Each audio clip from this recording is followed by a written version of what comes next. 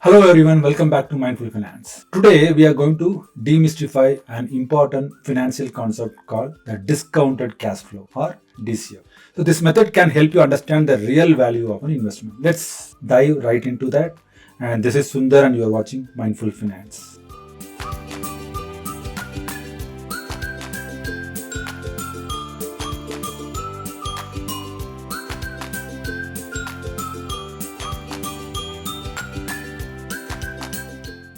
Imagine you have a magic tree that grows money instead of leaves. Every year it gives you some money. Now the big question is how much is this magic tree worth today if it will keep giving you money for years to come.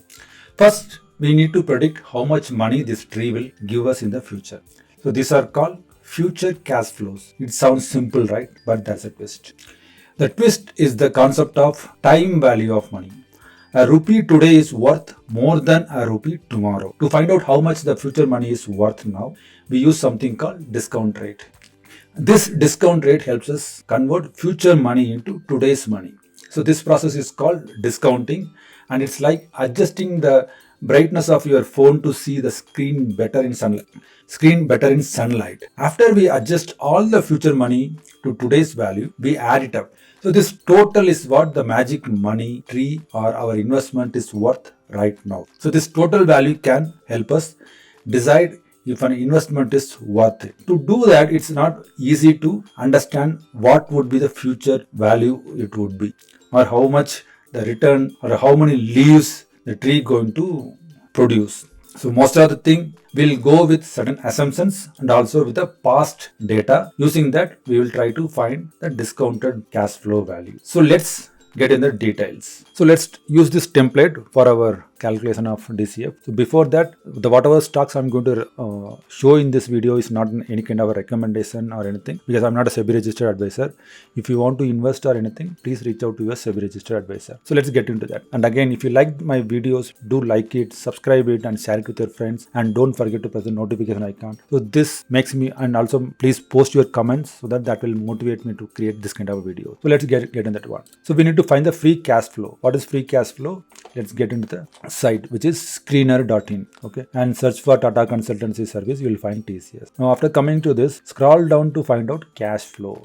Yeah, you have cash flow. Now you have to find the free cash flow, right? So for that, what you need to do is you have to minus operating activity minus investing activity. When you minus this two, you will get the free cash flow. So coming to the current year 2024, if you see the cash flow, which is 44,338 minus 6,091. So this is the value. If you put, you will get the free cash flow for 2024. Similarly, for 2023, 41,965 minus 548. Okay, if you do that, you get the free cash flow for that particular year. So likewise, I have done for all this month. Okay, you can do by yourself. And now the next one is we need to find the growth, like a CAGR, right? CAGR formula is current minus the previous one divided by the current, right? So that is how you have to calculate the CAGR. Similar formula here, which is C4 minus B4 divided by B4. You will get the growth rate between these 2 years. What is the growth, what is the rate the free cash flow has increased. Similarly, I have done for all this year. So these are the rate the free cash flow has been grown, right? Now the next one is we need to find average growth. So which is, you just need to average this one, put average of this, you will get average growth. Now for TCS, we are getting 15%. So the cash flow is 15% every year, it is increasing, right? So now we need to consider a growth rate for the future cash flow, right? We cannot go with the same growth rate because we don't know what can happen in the future. So we need to be more conservative. The reason behind finding the average growth rate, for example, in some company you may end up in getting like 30% growth rate. In there you can assume like growth rate as a 20% or 18% or 16%, something like, to be conservative. Or sometimes the average growth rate is say 7%, then you have to reduce your growth rate to 2% or 3%, so that we can find the proper future cash flow. So now finding the future cash flow, the formula is H4, which is the growth rate, the current year cash flow multiplied by 1 plus the assumed growth rate. Okay, if you do that, you will get a next year cash flow. Okay, similarly next year is you will have to find the B12 multiplied by 1 plus the growth rate. If you do that, you will find the growth rate for 2026. Similarly, you apply for all this year, you will find future cash flow for till 2033. Now it cannot happen, or you don't know what happens in the future, like after 5 years or 10 years, we don't know what happens. Even whether the company is going to survive, we don't know. So for that, we need to find a terminal value. Okay, for the terminal value, we need to find a perpetual growth rate and discount growth rate. Perpetual growth rate is something like, it is a very conservative way of setting a growth. Like it may be equal to your country's GDP based. You can set the growth rate. So assuming our inflation and everything is like 6%, 7%.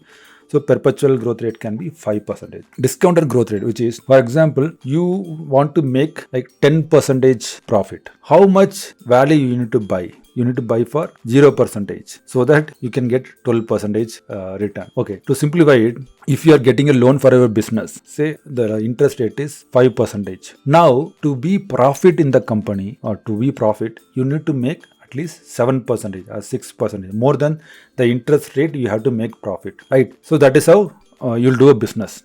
You'll bought a loan for 5%, but your profit is 4%, then you'll end up in loss. So that is why the discount growth rate, you have to assume that in what price if you buy, so that I can get a 12% return. Because my discount growth rate is, I'm assuming 12%.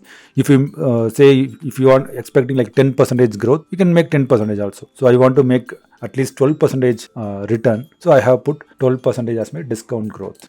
So now to find the terminal value, the formula is J12, which is the current, which is like 2033 cash flow multiplied by 1 plus K15, which is perpetual growth, 1 plus K50 divided by my discounted growth minus perpetual growth. If I apply this formula, I'll get a terminal value, which is assuming like 10 year, more than 10 year, what would be the future cash flow would be. So this is my terminal value. So now I need to calculate the present value. See, for example, at 2024, present value is 38,000, right? The next year it is 42,000. But what would be the cost of 42,000? The price of 4270 is equal to in this year. For example, 10 years back, just rewind back yourself and go back to 2010.